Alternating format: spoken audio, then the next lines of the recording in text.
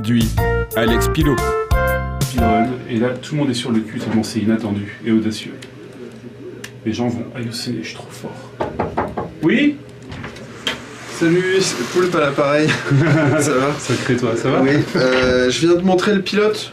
Le pilote? Tu sais, le pilote. Tu te moques de mon nom encore, c'est ça? C'est vieille blague. Non, pas du tout, c'est le pilote pour l'émission de Davy. L'émission de Davy? Ouais, tu sais, je dois faire une chronique. Il n'y a pas d'émission Davy, tu parles de quoi? Non, je parle de l'émission avec la grenouille. Et les gens, tu sais, dans le public avec des lunettes jaunes. C'est un projet d'émission perso, en fait, ça parle de jeux vidéo, de sopalin. Ça n'a pas l'air terrible. Non, mais en fait, c'est pas pour. C'est plus pour moi, c'est pour game. Il faut que j'y aille parce que il y a les varices et ça me prend parce qu'on est en octobre et je. Allez, salut. Excusez-moi. Il est fou. En fait, je devrais les présenter tout seul, les 101%, parce que quand Alex n'est pas là, c'est plus sympa.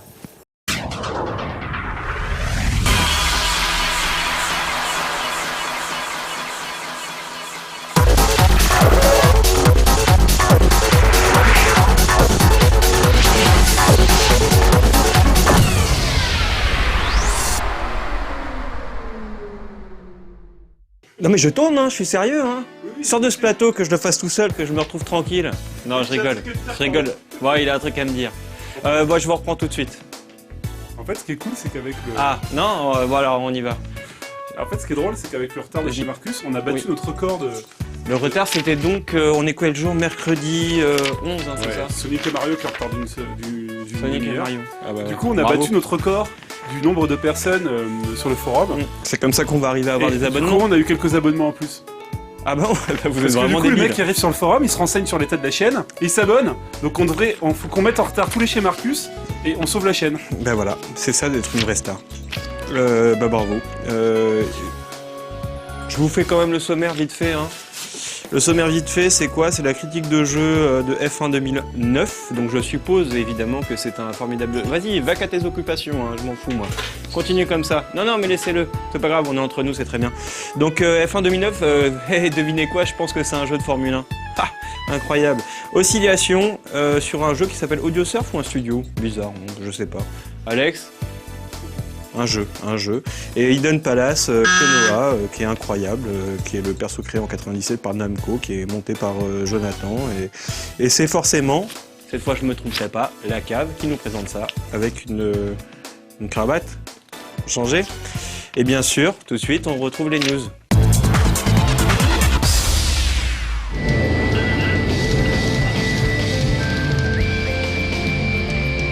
Adapté du long métrage animé de Oshii Mamoru, The Skycrawlers Innocent Aces sortira bien en Europe dès le mois de février prochain. Et ce, malgré un risque certain de passer inaperçu, le film n'étant pas encore arrivé chez nous. C'est le distributeur Namco Bandai Games qui a confirmé l'information. Pour info, ce jeu d'action se passant essentiellement dans les airs a été développé par Project Aces, responsable en temps normal de la série Ace Combat. On ne doute donc pas de la qualité du gameplay, ni même de la réalisation qui se basera sur le travail de Oshii, reconnu de tous comme étant un réalisateur très talentueux. Sachez également que le film sera disponible fin janvier en DVD et Blu-ray.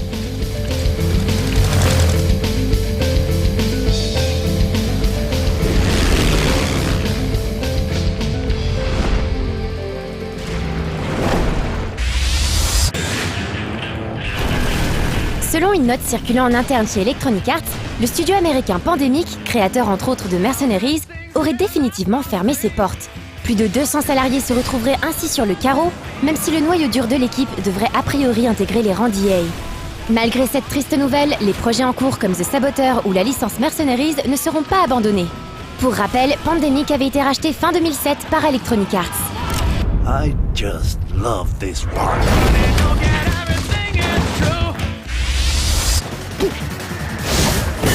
On termine ces news avec ces nouvelles images de Super Street Fighter 4 mettant en scène 3 nouveaux personnages, à savoir T-Hawk, DJ et Julie. On en profite aussi pour glisser quelques mots à propos des nouveautés annoncées récemment par Capcom, décidément passé maître dans l'art de communiquer autour de ces jeux. On apprend ainsi que la section Battle Log enregistrera automatiquement les combats et que vous aurez la possibilité de conserver ceux qui vous ont marqué dans une liste perso. Pour ce qui est des détails online, sachez que le choix du personnage sera masqué dans tous les modes de jeu, qu'une option spectateur permettra de regarder les matchs et que le jeu indiquera à la fois votre score global et vos points accumulés avec chacun des personnages. Enfin, il ne faut pas oublier la possibilité de se livrer à des joutes incluant jusqu'à 8 joueurs dans des configurations allant du 1 contre 7 au 4 contre 4. Bref, inutile de vous dire qu'avec toutes ces nouveautés, on attend de pied ferme cette nouvelle édition de l'excellent Street Fighter 4.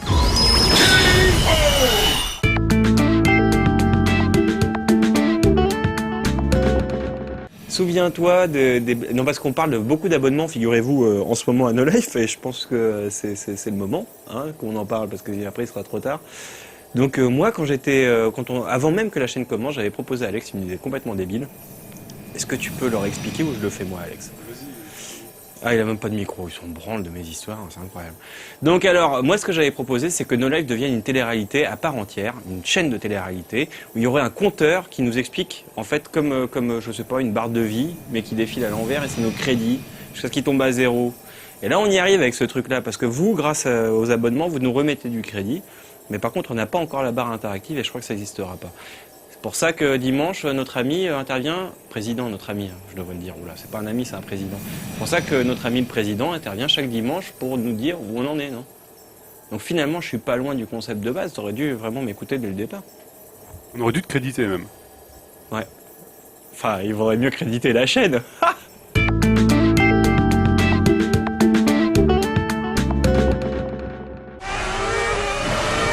Aussi étonnant que cela puisse paraître, cela faisait quelques années que l'on n'avait plus entendu parler de Formule 1 dans le paysage vidéoludique. Depuis que Sony a lâché la licence officielle en fait, c'est-à-dire il y a plus de 2 ans maintenant. Le dernier Formula One remonte en effet à 2007 sur PlayStation 3. Grand spécialiste en matière de simulation automobile, Codemasters s'est empressé de reprendre le flambeau en se procurant cette fameuse licence. Est-il encore besoin de rappeler que l'on doit à la société britannique d'excellents titres comme Race Driver Grid ou encore la série des Colin McRae? On partait donc on ne peut plus confiant pour l'avenir de la Formule 1 dans le jeu vidéo. Oui mais voilà, ces jeux étaient conçus en interne par Codemasters. Ce qui n'est pas le cas de F1 2009 sur Wii, qui est développé par Sumo Digital, à qui l'on doit notamment le très moyen Virtua Tennis 2009. Tu as un meilleur intermédiaire. De quoi être inquiet pour le grand retour de la série Formula One sur le devant de la scène, avant l'arrivée des versions HD sur PS3 et 360 l'an prochain. Tu as terminé premier.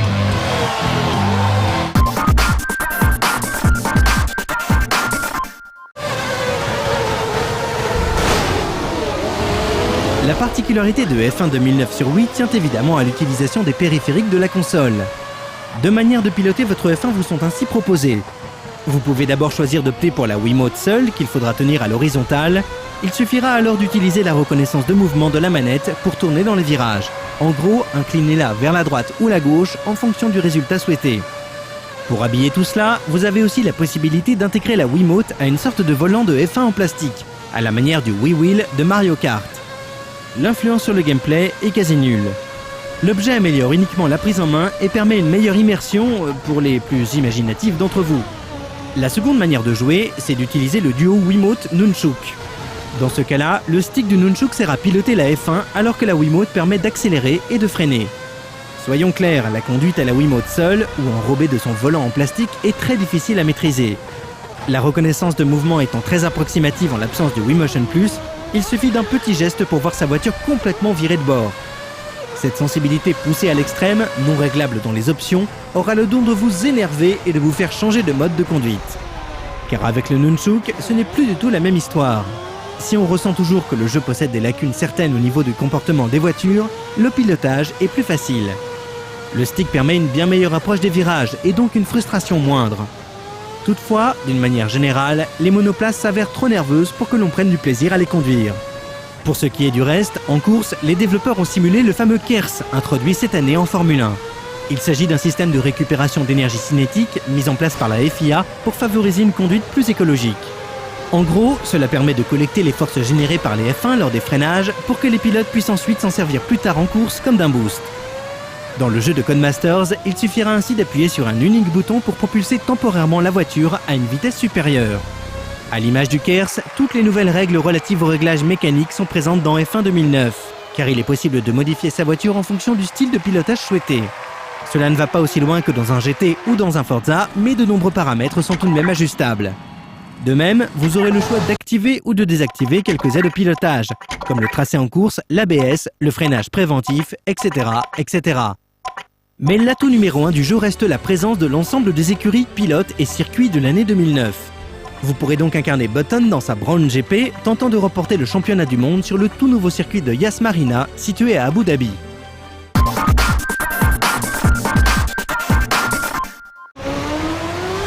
F1 2009 signe un retour correct pour la série des Formula One.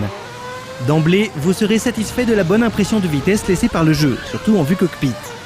Vous apprécierez aussi sans doute la fluidité affichée par le titre de Codemasters, avant d'être déçu par ses décors pixelisés et la modélisation sommaire des voitures. F1 2009 n'est pas un canon de beauté, mais on commence à en avoir l'habitude avec la Wii. Là où c'est plutôt embêtant, c'est que le jeu propose un gameplay vraiment perfectible.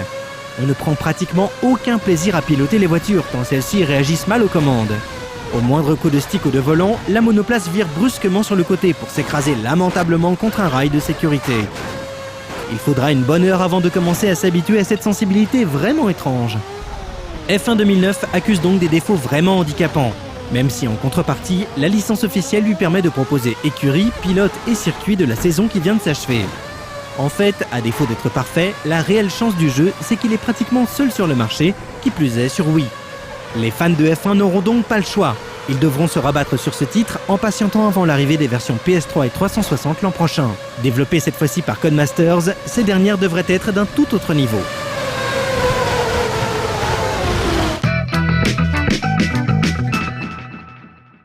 Tu sais qu'il y a beaucoup de gens Oui. qui nous disent « Ah Alex. ben je peux pas m'abonner, je reçois pas la chaîne Qu'est-ce qu'ils sont bêtes. ». Mais non, ils sont pas bêtes, ils sont juste pas Ah renseignés. oui, c'est vrai. Oh là là, qu'est-ce que je suis méchant. C'est des futurs clients, attends. Ouais, c'est des futurs clients. D'ailleurs, je trouve que notre plan marketing est à revoir de A à Z. Bon, pourquoi pas?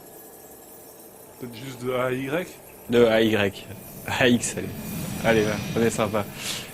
Non, mais c'est vrai. Hein? Non? Vous trouvez pas, vous, que c'est un peu limite? Comme ça, de vous prendre tout le temps à partie pour que vous donniez des sous, pour qu'on finisse pas en Éthiopie? Hein? Oscillation?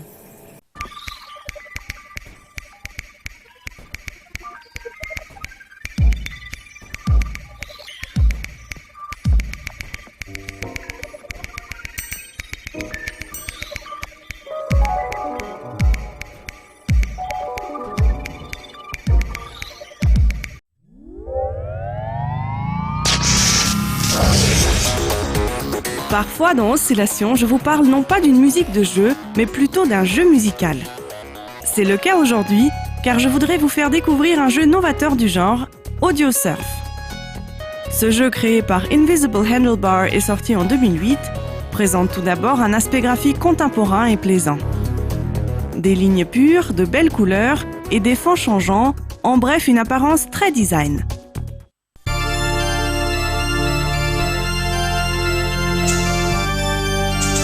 Le deuxième élément marquant d'Audio Surf est le fait qu'on puisse jouer avec n'importe quelle musique de son propre choix.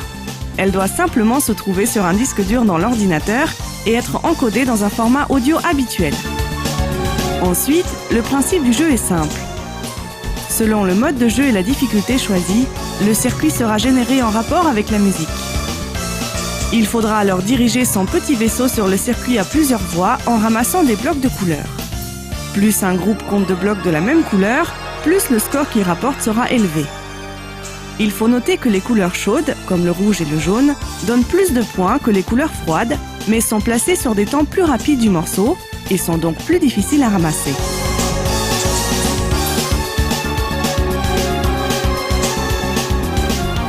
Il est également possible d'obtenir des bonus de score en ayant par exemple évité tous les blocs gris ou encore en finissant le jeu avec une grille vide. À tort souvent comparé à Tetris, Audio Surf est en quelque sorte un mélange entre Guitar Hero et Puissance 4. Ce qui impressionne le plus dans Audio Surf est que la vitesse de défilement, les courbes du circuit, les variations d'altitude et la densité des blocs de couleurs correspondent réellement au caractère du morceau musical choisi.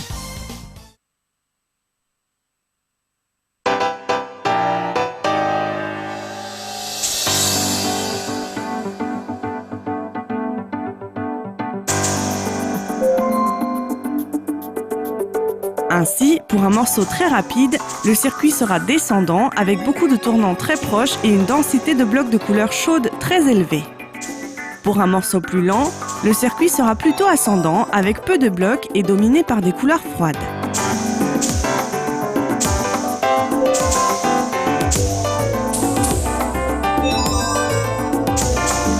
Toutes ces données sont générées en temps réel et cela sans temps de chargement excessif.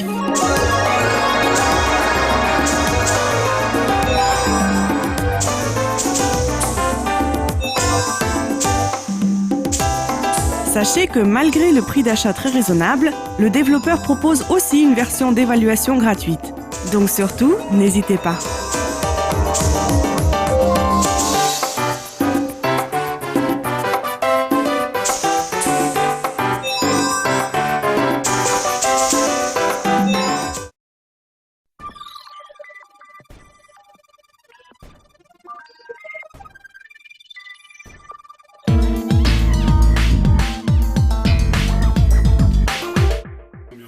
La mauvaise ambiance, mais ouais. Moi je trouve qu'à No Life, on n'assume pas assez la mauvaise ambiance, on est à 2 doigts de crever, Alex. Voilà, et tout le monde est là, dans les locaux, en train de pavoiser, faire « Oh, c'est génial, je passe à la télé », mais demain, il n'y a plus personne. Ben, on peut dire aussi qu'ils se laissent pas abattre, c'est important de garder le moral, même quand ça va pas. C'est vrai, ça c'est la force de No Life, toujours garder le moral. Wouh. Hein? Non, je vais rien lancer. Ça part tout seul.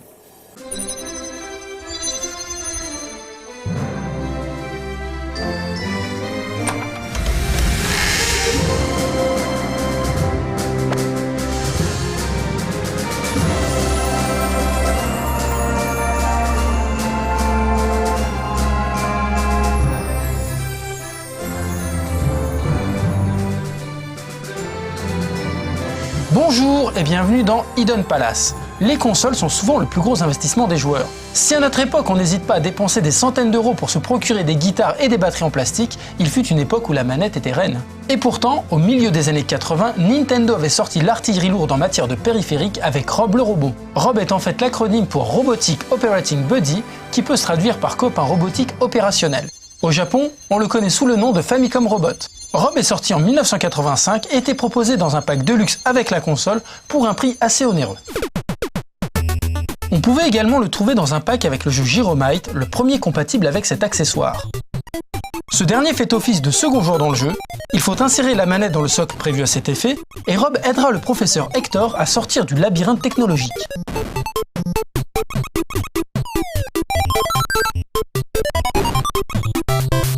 Un autre jeu utilisera Rob, il s'agit de Stack Up, toujours sur NES. Un jeu au principe assez peu conventionnel, puisqu'il invite le joueur à guider le robot. Le but est de mettre les rondins de couleur dans le bon ordre, à l'aide des différentes fonctions très basiques. Le jeu était d'ailleurs livré avec les rondins et les plateaux. Ce qui est intéressant avec Rob le robot, c'est qu'il n'est pas seulement un joujou high-tech, non, il va devenir un héros de jeu vidéo bien des années plus tard. Et tout commence dans un jeu où on ne l'attend pas vraiment et de façon assez surprenante. Et oui, il revient dans Mario Kart DS, et pour le débloquer, il faudra batailler assez dur, puisqu'il faut finir le jeu en 150 cm3 avec un trophée en or pour chaque course. Rob aura alors à sa disposition 2 nouveaux types de véhicules, un qui lui donnera des jambes et l'autre qui sera tout simplement l'extension que l'on retrouve dans Stack Up. Il fera également partie du tout nouveau cast de Super Smash Bros. Brawl.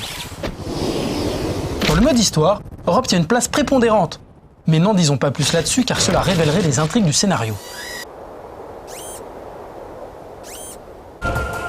On l'apercevra aussi en tant qu'ennemi dans le mode émissaire subspatial avec beaucoup de déclinaisons.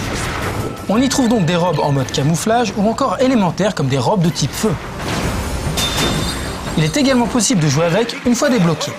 À la manière des autres personnages, différentes couleurs sont disponibles, ce qui permet de passer du robe occidental, gris clair et gris foncé, à un robe blanc et bordeaux façon Famicom. Si le robot se bat à l'aide de ces techniques traditionnelles comme le gyro ou le arm rotor, les autres attaques sont un peu plus exagérées comme le laser beam, qui est ici une sorte de rayon laser de science-fiction.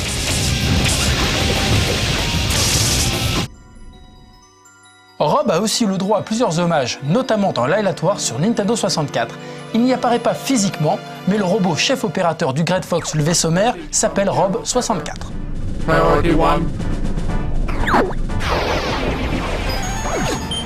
Au Japon, il porte le nom de NUS 64, sans doute pour Nintendo Ultra 64, qui était le nom provisoire de la Nintendo 64. NUS fait aussi partie du numéro de série que l'on retrouve sur les périphériques de la console, comme les manettes. We're Star Fox. You'll never defeat Astron! Rob apparaît physiquement dans bien d'autres jeux, et ce, assez rapidement. En 1990, on peut le voir dans Star Tropics, un jeu d'aventure ressemblant à Zelda. La plupart des gens se souviennent de ce jeu car il y avait une astuce assez bluffante. En effet, à un moment donné, il est demandé aux joueurs de plonger le parchemin dans l'eau. Or, il n'y avait pas du tout de parchemin dans le jeu, c'était à ne plus rien y comprendre. Il fallait en fait plonger une page de la notice dans l'eau. Mais revenons-en à Rob. Il apparaît pour donner des indices et aider le héros. Par contre, il n'est jamais cité. Rob apparaît également dans tous les épisodes de WarioWare dans les séquences de 9V, le gamin fan de rétro gaming.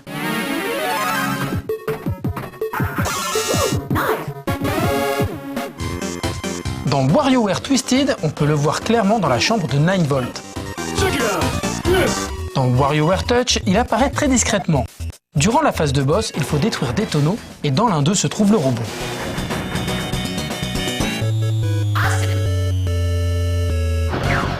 C'est dans WarioWare Smooth Moves qu'il aura son plus grand rôle, et encore une fois lors de la phase finale.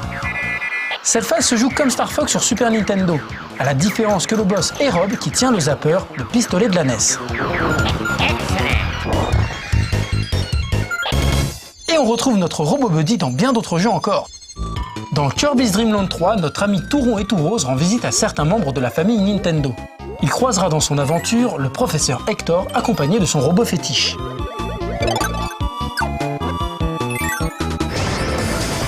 Dans F-Zero GX sur GameCube, dans la course Port Town, on peut trouver une statue gigantesque de Rob.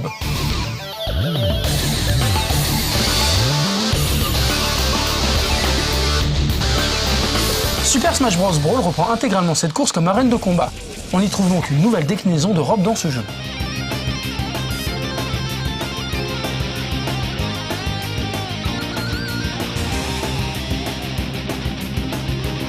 Rob vient également rendre visite aux Pikmin dans Pikmin 2.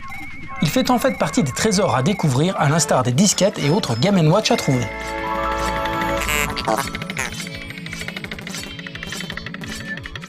Sa dernière apparition est assez étonnante, puisqu'on peut le retrouver dans Pokémon Diamant, Perle et Platine. Dans le vieux château près de Vestigon, on peut observer un tableau bien mystérieux. Deux yeux rouges nous fixent et disparaissent quand on fait face à eux. Il s'agit d'un tableau ressemblant à s'y méprendre à Rob.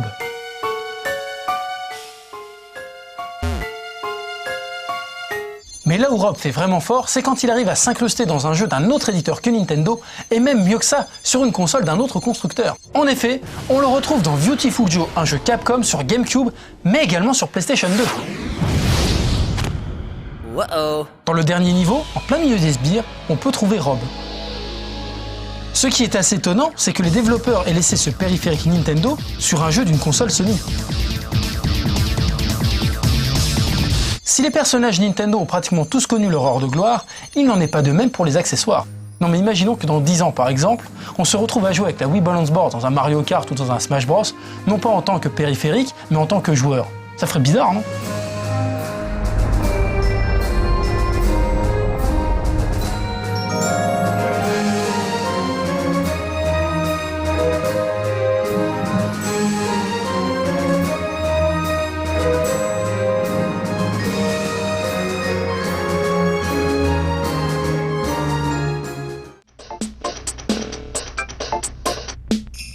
Je suis censé faire de la promo?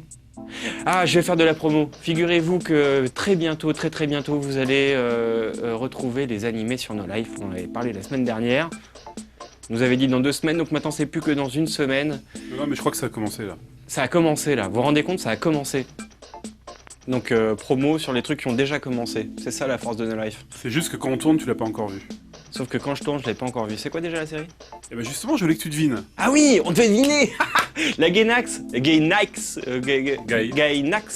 Taito, Gainax, Bandai. Bandai, ok. Video Girl Eye. Video Girl Eye, c'était marrant ça, Video Girl Eye. C'est pas Video Girl E. Ouais, quoique. Alors c'est quoi? Bon, alors c'est quoi? Alors attends, la Gainax. Alors la c'est Gainax. La Gainax, ouais, bon, ça indécrottable. va. Hein. Ouais, je suis indécrottable. Bon, alors, c'est pas Evangelion. ou Evangelion. On l'a vu ça déjà ensemble. C'est pas Fooly Cooly. C'est pas Gurren Lagann. C'est pas Nadia. Oh, je vais passer pour un con encore. Bon, c'est pas Les ailes de Néamis parce que ça c'est un film. Je crois que c'est même pas produit par la Gainax, ça n'existait pas encore. Ah oui, c'est vrai, c'est juste avant qu'il fasse le studio. Ah oui, exact. Ah. Quoique sur les rééditions, il n'y a pas écrit Gainax. Bon, ça on s'en Ou fout. Gainax. Ou Gainax. Oh, c'est bon, vous avez compris le truc. Alors c'est quoi? Une autre série? Mais c'est vrai qu'ils ont fait plein de trucs que C'est réalisé par Hideaki Anno. En plus? Oui. Oh, je suis vraiment crétin. Je veux te dire Anno Hideaki d'ailleurs. Ouh, dis donc, t'as fait une erreur. Ah bah tiens. Et le pire, c'est que quand c'est toi qui fais les erreurs, c'est moi qu'on lapide.